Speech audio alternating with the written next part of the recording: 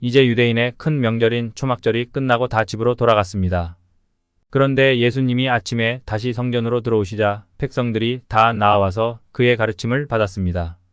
정식으로 랍비 교육도 받지 않은 목수 출신의 새파란 젊은이가 성전에서 가르치는데 사람들이 그의 강의를 듣기 위해 구름대처럼 모여들자 율법 전문가로 자부심을 가지고 있었던 서기관들과 바리새인들은 자존심이 많이 상했을 것입니다. 그래서 주님을 시기하기 시작했는데 시간이 지나감에 따라 그 시기는 살인적 시기로 확장이 되었습니다. 그래서 예수님을 함정에 빠뜨리기 위해 가늠하다 현장에서 붙잡힌 여인을 예수님 앞에 끌고 왔습니다. 유대인의 지도자들이 이 여인을 주님께 데려온 것은 음행을 해결하려는데 그 목적이 있는 것이 아니라 예수님을 고소할 트집을 잡으려는데 목적이 있었습니다. 그래서 요한은 그들의 저의를 간파하고 이렇게 진술합니다. 그들이 이렇게 말함은 고발할 조건을 얻고자 하여 예수를 시험함이러라. 이 간음 사건은 이미 서기관들과 바리새인들에 의해 치밀하게 각본이 짜인 사건이었습니다. 본문을 보면 최소 2가지의 짜인 흔적이 발견됩니다. 먼저 음행 중에 현장에서 현행범으로 체포되었다는 점입니다. 범죄들 중에는 현행범으로 잡기 어려운 범죄들이 있습니다.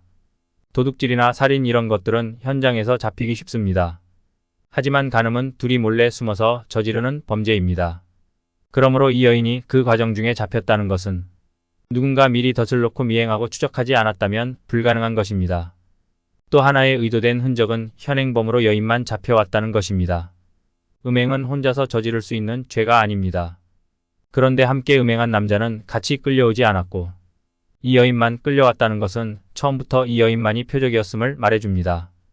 그러므로 의도하고 예수님을 고발할 조건을 찾기 위해서 지금 바리새인들과 서기관들이 공모하고 있는 것입니다. 그들은 모세는 율법에 이러한 여자를 돌로 치라 명하였거니와 선생은 어떻게 말하겠나이까라고 예수님께 질문했습니다. 이 질문은 참으로 까다로운 질문입니다. 말 한마디 까닭 잘못하면 삼중적으로 공격을 받을 수 있는 질문이기 때문입니다. 만일 돌로 치라고 하면 다시 말해서 위기를 만났다고 이 여인을 모른 채 하고 지금만큼은 공의를 집행하겠다고 하면 죄인들의 친구를 자처하며 긍휼과 자비의 정신을 가르쳤던 것과 다른 가르침을 주기에 배신감과 좌절감을 느끼고 제자들이 떠날 것입니다. 게다가 사형권은 식민 통치를 받는 유대인들에게는 주어지지 않았고 로마인들에게만 있었기에 이렇게 말하면 유대인인 예수님은 로마법을 위배한 자가 되어서 로마법에 의해 처형을 받게 됩니다. 반대로 돌로 치지 말라고 하면 모세의 율법을 어기는 것이기에 율법에 살고 율법에 죽었던 극우 테러리스트에 의해 살해당할 수 있었습니다.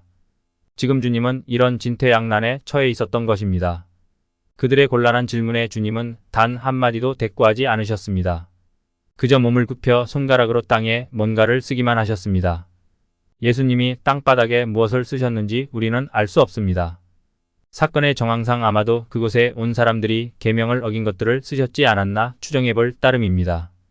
그리고 주님은 너희 중에 죄 없는 자가 먼저 돌로 치라고 말씀하시고 다시 몸을 굽혀 손가락으로 계속 쓰셨습니다. 이에 양심의 가책을 느끼고 나이든 어른부터 떠나기 시작했습니다.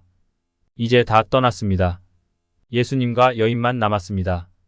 단둘이 남아있는 상황에서 주님은 그녀에게 나도 너를 정죄하지 아니하노니 가서 다시는 죄를 범하지 말라고 말씀하셨습니다. 이 짧은 예수님의 말씀은 복음의 정수를 제대로 보여줍니다. 여기서 순서가 중요합니다. 너 죄짓지 마. 그러면 정죄받지 않고 살 수 있어. 이것은 복음의 순서가 아니고 율법의 순서입니다.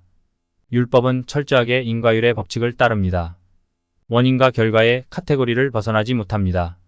내가 법을 잘 지키면 너는 범법자가 아니니까 살 거야. 그런데 하나님 앞에 상대적으로 법을 잘 지킬 수는 있으나 절대적으로 법을 잘 지킬 수 있는 의인은 없기에 이것이 율법의 한계입니다. 하지만 복음은 이를 넘어섭니다. 복음은 먼저 용서를 베풉니다. 복음의 성격은 정죄하지 않는 것입니다.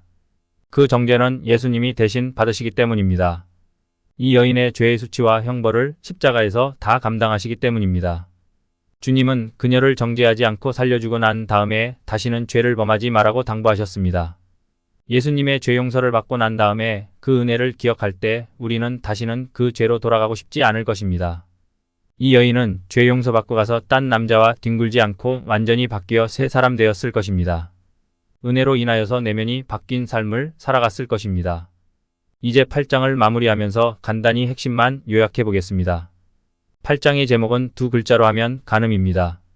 그리고 8장의 키워드를 또 두 글자로 하면 복음입니다. 그러므로 이 둘을 하나로 묶어 가늠한 자에게 복음을 전하다라는 한 문장을 기억하세요. 본장에서 간음한 여인에게 한 예수님의 말씀은 복음의 정수를 보여주기 때문입니다.